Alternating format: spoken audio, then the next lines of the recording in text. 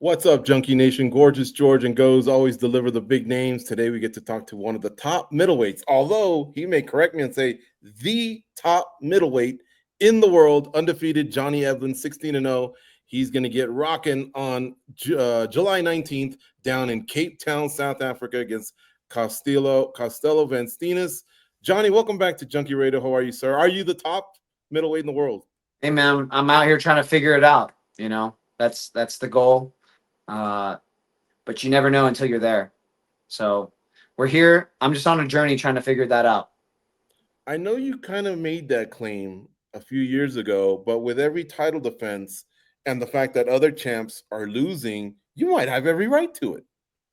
Yeah, but it's tough because I can't fight those people. So it's like that's how you have to go and find out. And for me to actually call myself the best middleweight in the world, like I believe it. I think I am, but it's hard to just lay claim to it when you can't fight the best guy. Like you can't fight the DDPs of the world. You can't fight the Hazmat Chimaevs. Like those are the fights I want because I want to find out. And I like my odds and I bet on myself and I think I win those fights. But it's like if I can't make that fight happen, it's like what's it worth to me to just call myself the best in the world when I can't even, fight the best guys in the world. Yeah.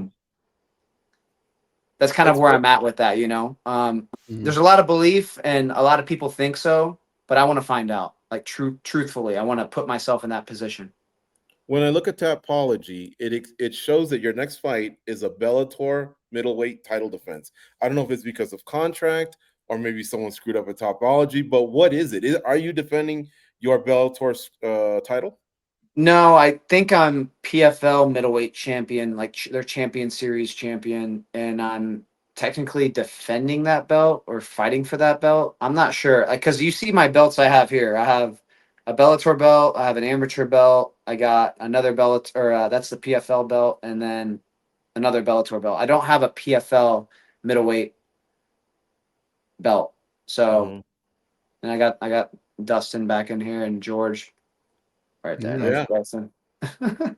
It'd be nice to add to the collection. You got a nice collection. Yeah, I'm gonna be the belt collector, man. That's like Jiva Santana. You ever heard of him?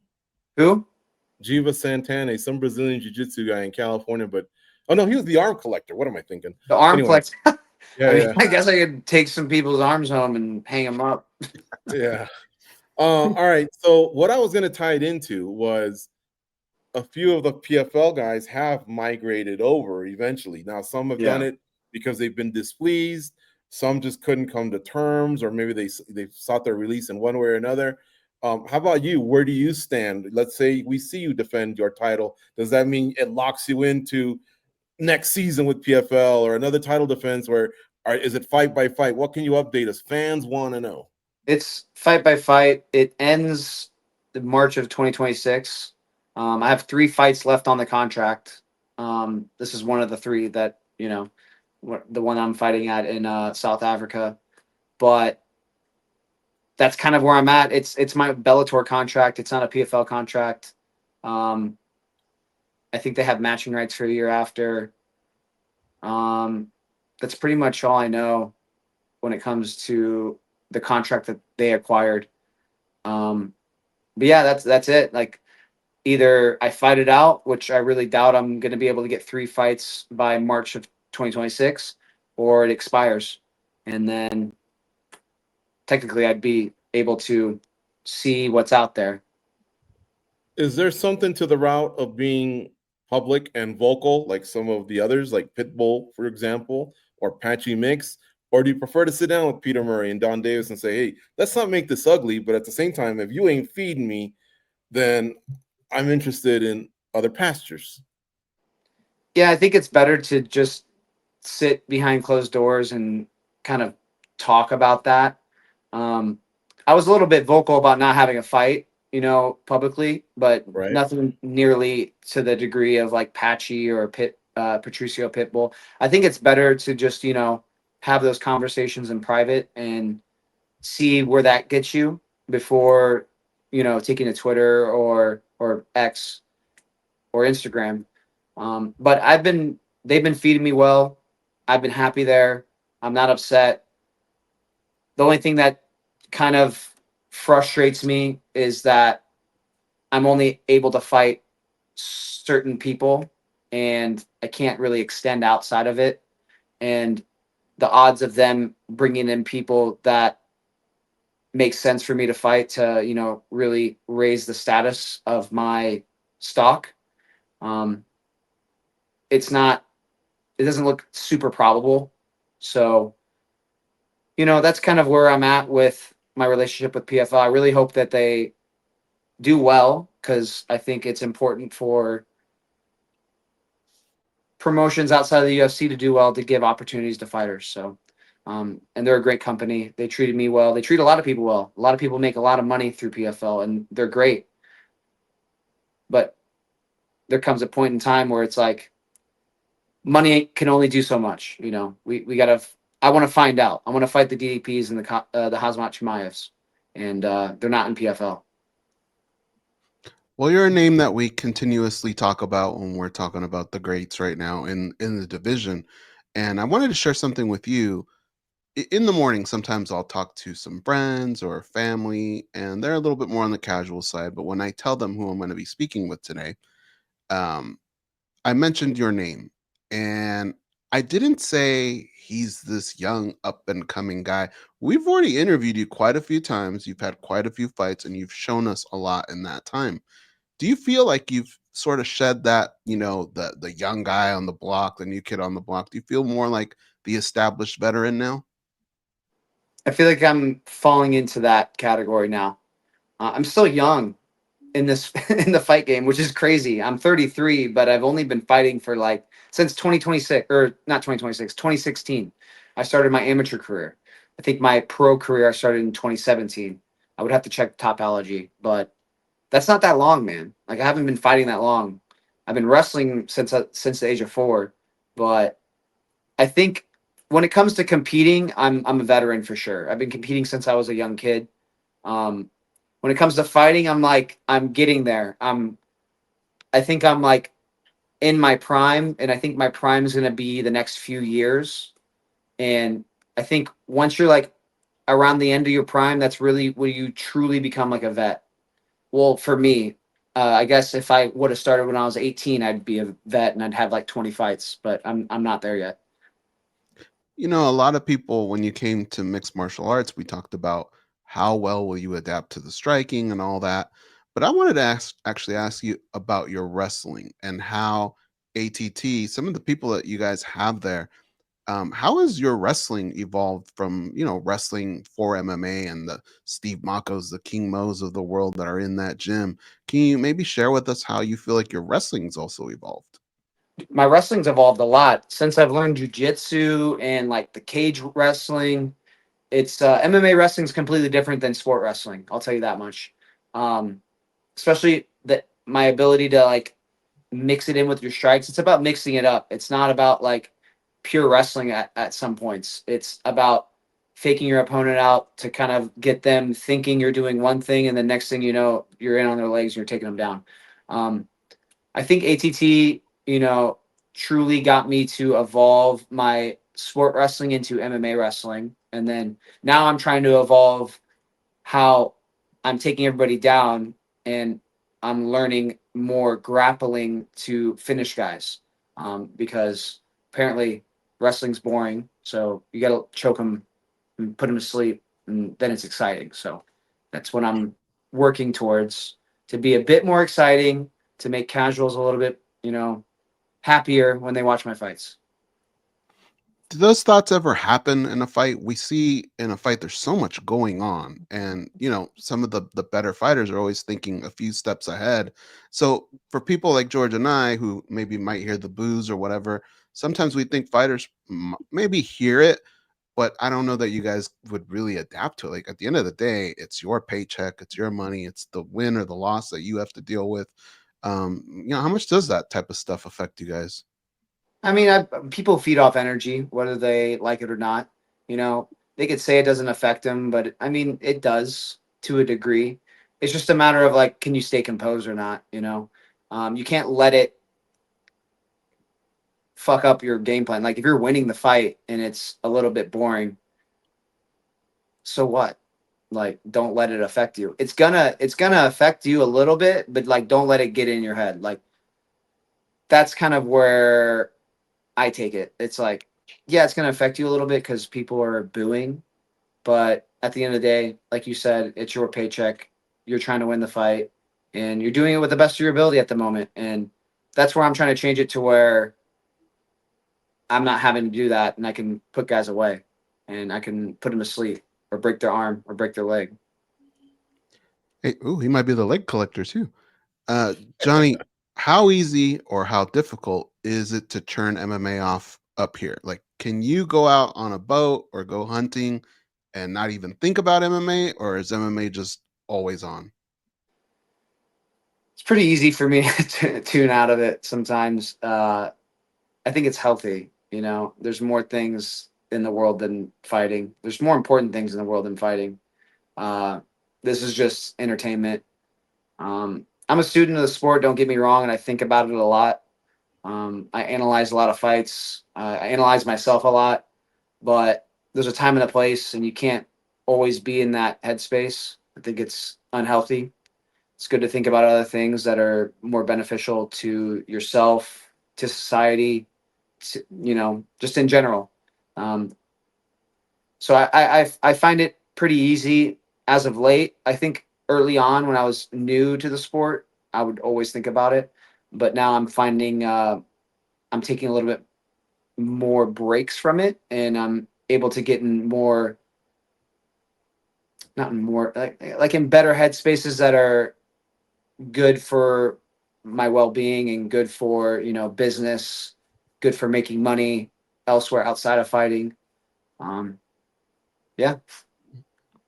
You know, because of the talent that you have at your gym, when you see your opponent, right? Like I feel like you probably see so many different looks and so many different attacks and defenses.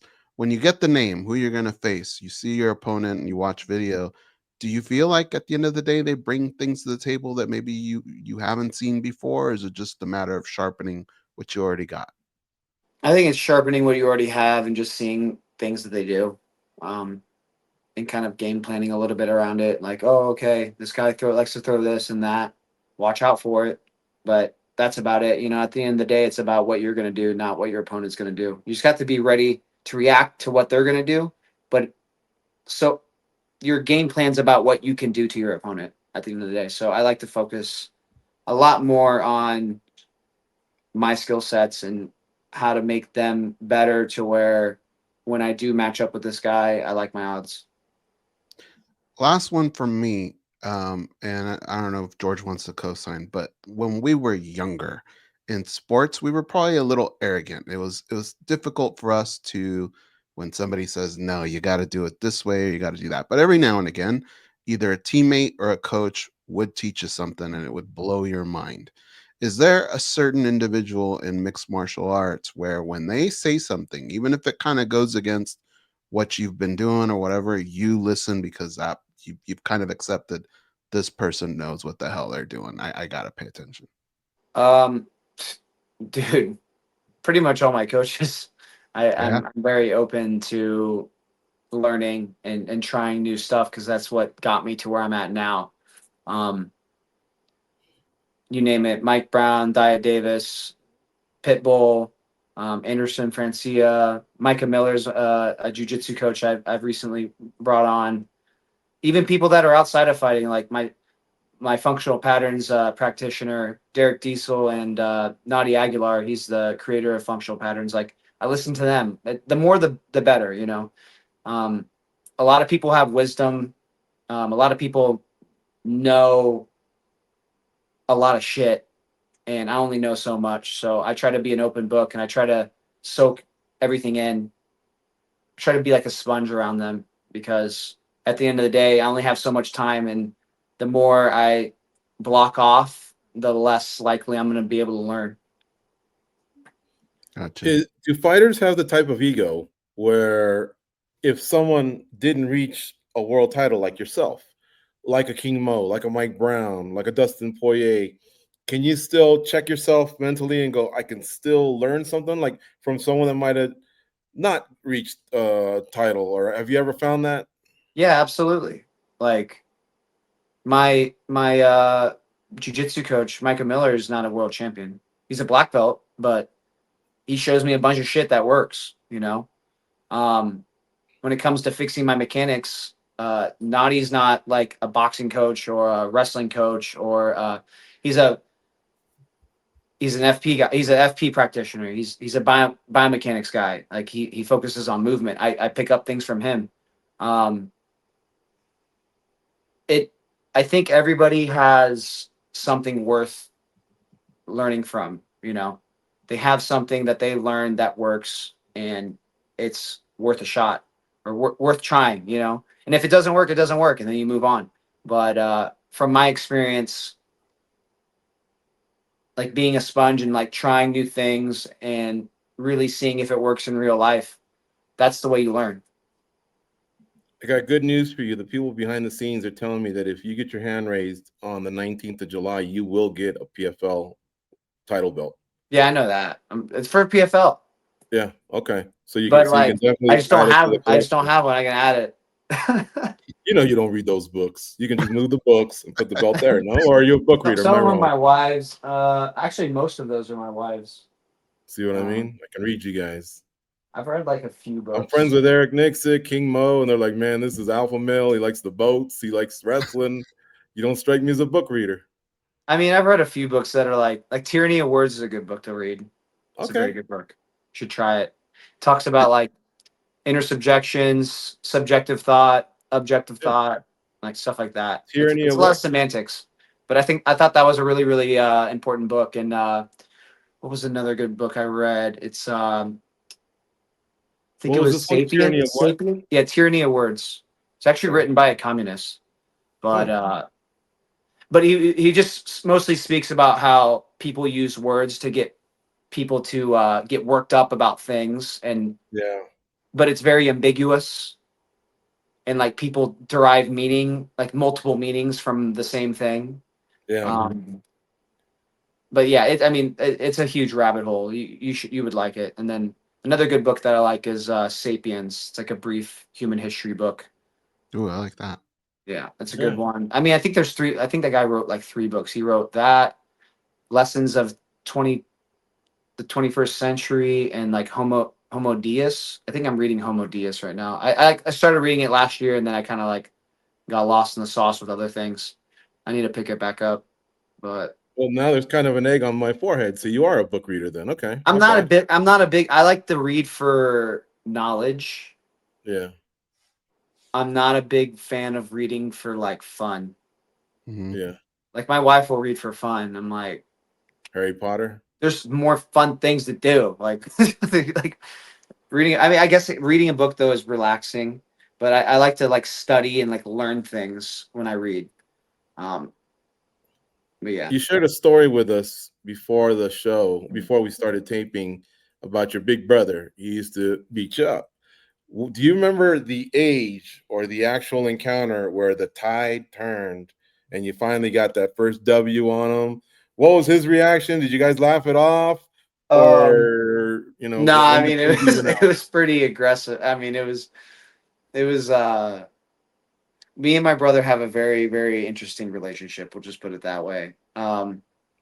Do you remember the age? He used to beat my ass, and then like I started like getting up. But he was like a professional fighter, or he was an amateur fighter for a bit. And like during that time, I was in high school. He was actually a little bit past that. He like stopped fighting and stopped wrestling altogether. He was like working for my family, but like, and I was like really competing in wrestling in high school, like at a high level. And like I remember I was about to go to college, and we were wrestling, and I was like better than him. But then like some freak accident happened, and I broke my ankle wrestling with my brother. And then I was like, I'm never wrestling with you again. And like I was like, bro, like you used to kick my ass, and then I just like the one time that I'm like, okay, I'm gonna be able to beat my brother up, fucking breaks. He didn't do it on purpose. It was like a freak accident, but like I fucking break my ankle, and I'm like, bro. And then I mean, since then, like we've gotten to some like scuffles, and like I've gotten the better of them. But it's just like I'm a professional fighter now. It's like, like Right. what do we expect? Is he a fan of your career? Yeah, of course. I love my That's brother. awesome. That's We awesome. yeah. He's always following me. He loves MMA. He he was supposed to do what I'm doing. You know what I mean? But Mm. life throws you some curveballs, and he had to deal with some things, and he's doing really well now. Very happy for him. He has a family, owns a house, and he's doing well. He's doing You well. played a So part in your career, if you think about it. Those ass whoopings probably made you a tough kid growing up. 1000%, those ass whoopings made me who I am right now, bro. I wouldn't be as tough as I am without him beating me up. And my oldest brother beat Tommy up. So that's my brother. My brother Tommy. Timmy beat Tommy up, and Tommy beat me up. That's just we're just tough as fuck. There you go. All right, I think Goes has one last one. Go ahead, Goes. Well, George brought up the books, and there's one that I can already tell is a dummy, like for dummies book, right? Can Yeah. we guess what that? What do you already know what that book is? Oh, let me see. I would have to look. And I'm not in any Oh way yeah, calling you a yeah. dummy. Guess. I have one, but if I Probably had to something guess, computer related or social media related. I'm gonna say AI for dummies. No, How it's about you? it's psychology for dummies. That's not even my book though. That's my wife's book. Oh, really? Yeah. She loves psychology. She loves like reading like she actually has a book like about marketing. It's very interesting. Like a lot of the shit you see like in the news, or not the news, I guess not like the legitimate news, but like with influencers and whatnot. Like a lot of that shit's fake. It's Yeah. just like to get people to react. And it's like, what the hell? It's so bizarre, you know? Johnny, It's But it's all fucking lies. It's crazy. do you want to make fun of us for a second? If we Let's do had a it. dummies book behind us, what would you guess it was? Working out for dummies? No. Oh my god, why are you gonna do that to yourself, bro? I would say I have one, so that's why I could see. Well, you have what? Oh, you I have do have one? a dummies. Yeah, I have like 2 dummies Oh. books. Investing for dummies? I don't know. That'd be like a good one to have. That's pretty close to one of them. Yeah. And Uh, then I would say Nutrition for dummies. no, like real estate for dummies. I don't know. that's pretty good too. I have a Jack Russell Terriers for dummies. What? I have a Jack Russell Terrier, dude, that is like he needs to read the psychology one. He's out of his mind. So Dude, Jack Russell Terriers are the shit. dude, they're crazy, huh? Yeah. They're fun though. My buddy Naughty has one, and he is the coolest dog ever.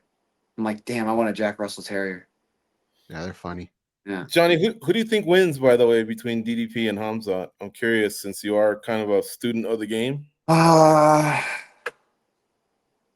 like DDP's chances just because the guys he's fought and the rounds that he's put in.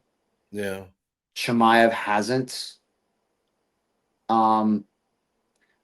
Not to say it's going to be easy, and Chimaev's very, very tough, but I think DDP has more. He's more of a veteran when it comes to like these 5-round fights and like tough fights, and he's fought middleweight this whole time, where Chimaev's kind of coming up. He didn't even fight the only real middleweight he's fought is what's his name? It starts with a G. Is it Gerald Mearshart? Yeah, Gerald Mearshart. I mean, he fought Kamaru, who's a welterweight at Right. middleweight, short notice, and it's weird. And oh no, he fought Whitaker. What am I talking about? Fought Whitaker, Yeah. but that was kind of weird. His jaw or Whitaker's something. like teeth like fucking broke. Yeah. I'm like, I think the minute DDP started calling him out, he won that mental game, that psychological game, because everyone thinks of him like the boogeyman, like a guy to avoid. he's not though. He's a guy. He's just a human. Yeah, he's just a human. Like Gilbert made him look human. Usman made him look human. I think DDP is going to make him look human, you know?